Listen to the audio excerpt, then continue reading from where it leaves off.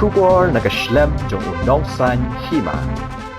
Menteri Rangba ka Jylla hane ka sngi ulapon pau ya ka jing sngo diaw ya ka jing penlip like claim jing bentip na ka National Thermal Power Corporation kani kalabu ya baro ha ka jing lengo na ka liang Menteri Rangba ukon rat sangma wala itu ba marmar Menteri Katanat Bording u James sangma wala lech sanong ba Delhi banya keren badu Menteri ke Sorkar Pedeng badai pej ya Katanat Bording halor kani badru na ka liang u James sangma ulai kendu ya kihe National Thermal Power Corporation ban ya keren sani halor kani ke jing penlip like ha ka Jylla susu na ka liang Menteri Rangba u ai ke jing Kyrmen ba ha kini kisau pupra Kynta Katanat Bording jong ka Jylla kanla ban pen Biang Bording pan syaki pajba klem kano ke jing pentot. Let me just give you a background on what is happening. As you're aware that the government of the power department, and the MECL had dues to different generation companies, and through the Atmanirbhar loan of 1,300 crores plus, we got this loan from Government of India, and in batch wise we'll be releasing to the different generation companies according to what the MECL owes them. And this money, of course, is transferred directly from the REC to the company. It never comes to the state government nor to MECL. Now, based on that, the first tranche of 300 crores was released, and the money was given to different generation companies, including NTPC. Now, at this current point in time, Meghalaya government, or I should say the state of Meghalaya and MECL, does not buy any power from NTPC. So there's no power that we buy from NTPC. It is from different generation agencies. So therefore, when this regulation was done, it was completely unexpected, because it makes sense that if you're supplying some power to the state and then you come up and say, well, we're not going to supply that power to you tomorrow, then we understand that you're not giving us what you are supposed to give us. But here what NTPC did was they regulated through certain clauses and certain through the ministry. They regulated the supply of power from other generation companies to us, not from their generation, because we don't buy from them, as I said. So therefore, this is something that has never happened before, and we were completely surprised. If the companies that are supplying to us stop us, we can understand. But here there was a company who's not supplying to us, but through different channels and different systems and different technologies available, they stopped the supply from another company, to which we're having a proper relationship and all payments and everything been done. So that is number one. So it was very unexpected, never happened before, and took us by surprise. Number two, we have been clearing the payments to NTPC and NIPCO also. Just as I said recently, 100 crores was released to NTPC. So therefore, the process of clearing the dues is on. So that's something that we want to also give a message to NTPC and to everyone. And Honorable Minister had gone to Delhi to discuss that. The third aspect is that there are certain agreements that were done with NTPC in relation to the Bongaigaon power plant in the year 2007, and based on that agreement, most of the northeast states need to compulsorily take power from this plant, and in case plant is they don't take the power from this plant, then they have to pay a minimum fixed charge to NTPC. So that means even if you don't take a single unit also, that agreement, which was signed 10-12 years back, requires us to pay a minimum charge to NTPC.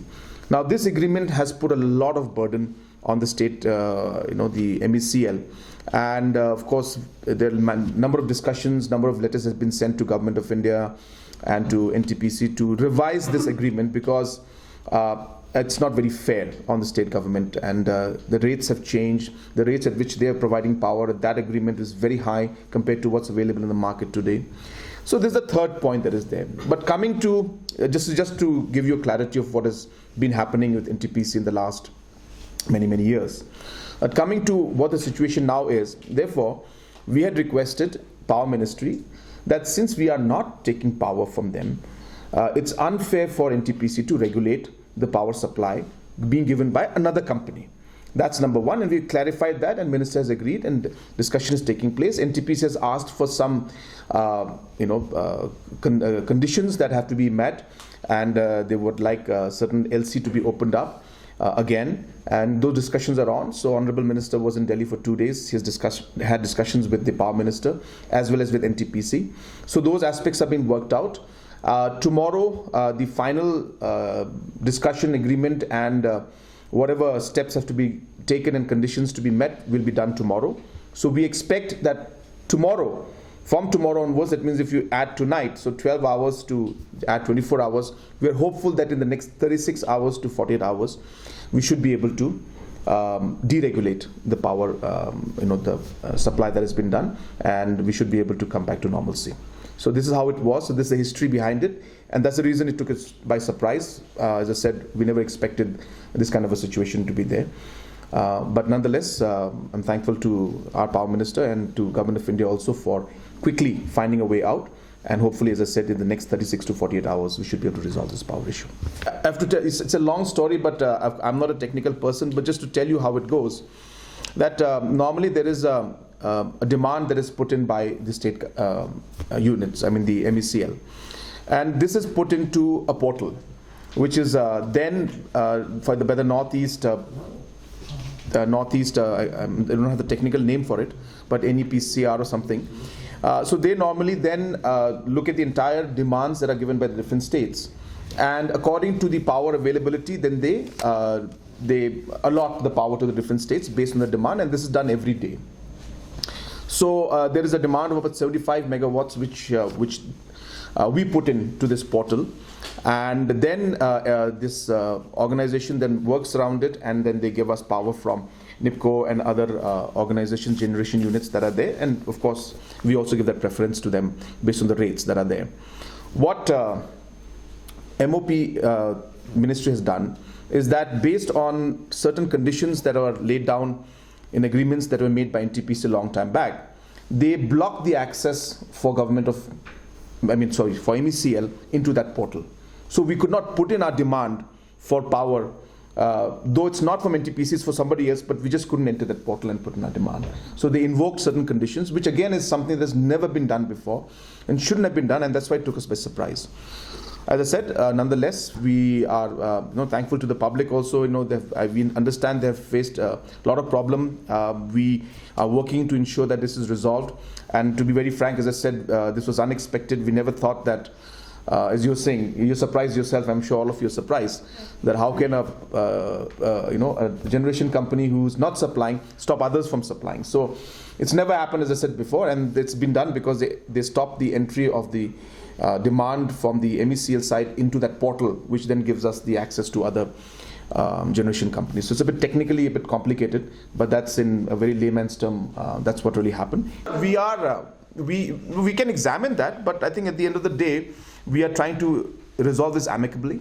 There is a large due that the the MECL has to NTPC. We are working with them. We're trying to resolve it. We will see how it goes. We don't want to go into that angle when we can resolve the issues in a much more amicable manner.